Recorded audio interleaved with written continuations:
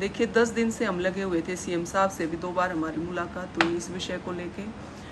कुछ इस तरह के पेचीदा चीज़ें थी जिसको सुलझाने में थोड़ा टाइम लगा, और आज 99% या 100% दोपहर तक इनकी सैलरी इनके अकाउंट में आ जाएगी पूरे 3 महीने की। और आगे भी ये प्रक्रिया इस तरह की हमने करी है कि हर महीने इनके खातों में इनकी सैलरी, इनका वेतन आ जाए। जी, अब देखिए जो ठेकेदार हैं, ठेकेदार प्रथा ही मैं ये मानती हूँ कि ये इतनी अच्छी प्रथा नहीं है।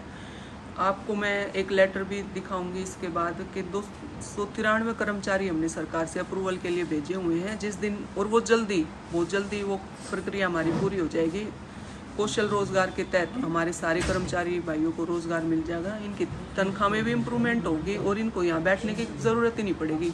उस विषय में भी हम लगे हुए हैं, क्योंकि जहाँ जहाँ ठेकेदारी प्रथा है वहाँ पे इन लोगों को परेशान किया जाता है सरकार का नाम लेके।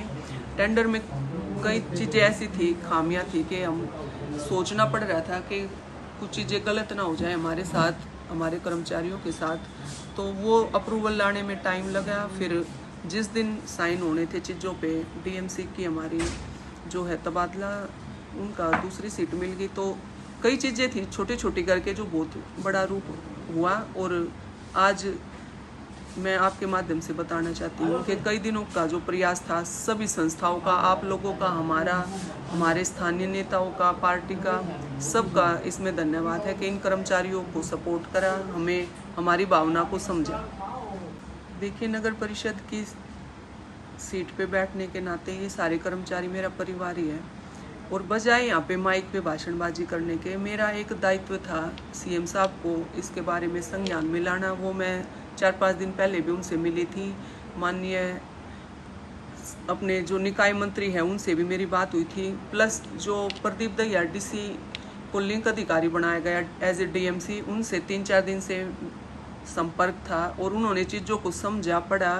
डीसी साहब का भी मैं धन्यवाद करती हूँ, क्योंकि वो भी कई दिन से सोच रहे थे कि आपको परमानेंट डीएमसी मिल जाए तो जल्दी चीज़ें सॉर्ट आउट हो जाए, लेकिन डीएमसी की नियुक्ति होने में थोड़ा सा टाइम लगा। तो डीसी सर ने इस बारे में संज्ञान लिया और कल इस विषय पे बातचीत होके ये चीज़ें अब लाइन में आ चुकी हैं। और देखिए जब भी ये बेचारे कर्मचारी हमारे हड़ताल पे बैठे हैं, जब इनकी सैलरी इनको मिली है ना, तभी इनको उठ के दोपहर को, पिछली बार भी दोपहर थी, उससे पहले रात को भी इन्होंने जा के काम करा है। तो जब आज इनकी सैलरी अगर अभी मिलती है तो ये जस्ट अगले मिनट ही, मेहनती कर्मचारी हैं ये, उसी टाइम अपने काम पे लग जाते हैं। पिछली बार रात को ये कोई अपने घर नहीं गया था, रात को सारे पॉइंट उठाने का काम इन्होंने करा था। तो पूरी उम्मीद है आज इनकी सैलरी इनके खातों में आ जाएगी और ये तुरंत प्रभाव से सफाई के काम में लग जाएंगे। कितने दिन? देखिए बहादुरगढ़ जैसे इनकी आज होती है तो ये तो रात को भी काम करेंगे, 2 दिन में ये पूरी सफाई व्यवस्था वैसे दुरुस्त कर लेंगे।